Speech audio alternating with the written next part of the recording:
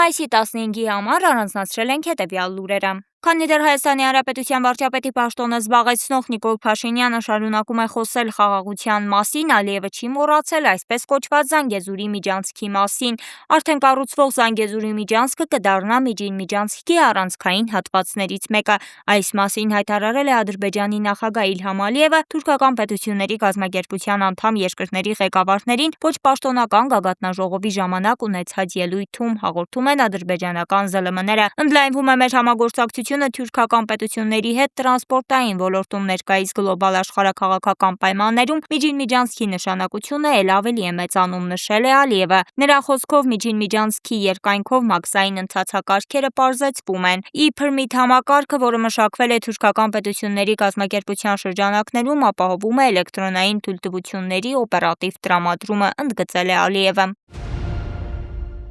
Գյումրու Տիրամայր Հայաստանի կենտրոնի 15-ն հոսպիտալացվել է Գյումրու բժշկական կենտրոնի ինֆեկցիոն բաժանմունք։ Այս մասին Պանորամայ-ը զրուցել է առողջապահության նախարարության մամուլի խոսնակ Մարիամ Ծատրյանը, ով նշել է 15 երեխա է հոսպիտալացվել Գյումրու բժշկական կենտրոն աղիքային վարակով։ Ընդհանուր այս պահի դրությամբ առողջական վիճակը գնահատվում է 2-ին միջին ծանրության, հիմնականում մնացածինը բավարար։ Առաջիկայում դուրս կգրվեն, վերցվել է հիվանդությունների վերահսկման ու կանխարգելման ազգային կենտրոնի կողմից համապատասխան նմուշառում ըստ կարգի 6-օրյա ժամկետում, որովհետև պետք է մեկը վերցվի բուժման ընթացքում, այսինքն այս պահին, եւ բուժումից հետո պիտի բակալանիզը վերցվի։ Արդեն պատճառը պարզ կլինի նախնական, թե աղիքային վարակ է։ Տարիքայինը 7-ից 15 տարեկան երեխաներ են, 5 տղա, 10 աղջիկ, կյանքին սպառնացող վտանգ ու ծանր դեպքեր չկան, ասաց ԱՆ խոսնակը։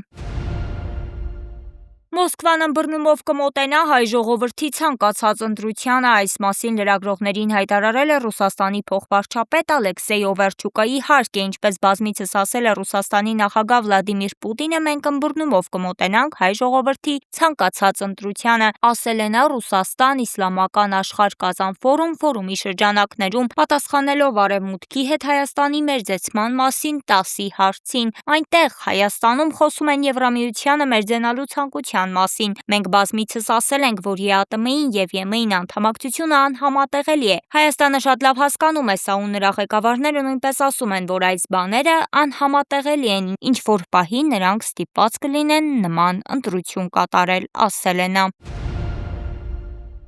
Tehran Times-ի ստացած տեղեկատվության համաձայն ԱՄՆ կառավարությունը պատասխանել է Իրանի գրավոր առաջարկին պատերազմի ավարտի վերաբերյալ, մերժելով Թեհրանի առաջարկները, ԱՄՆ-ն կրկին վերահաստատել է իր հարկադրական դիրքորոշումը, մասնավորապես միջուկային հարցի վերաբերյալ։ Հատկանշական է, որ Իրանը ներկայացրել է իր առաջարկը հիմնված երկփուլ բանակցային գործընթացի վրա, որտեղ առաջին փուլը կհանգեցներ պատերազմի ավարտին բոլոր ճակատներում, ու եթե Իրանի պայմանները կատարվեին, կսկսվեր բանակցությունների երկրորդ փուլը միջուկային հարցի վերաբերյալ, գրել է Մեհր գործակալությունը։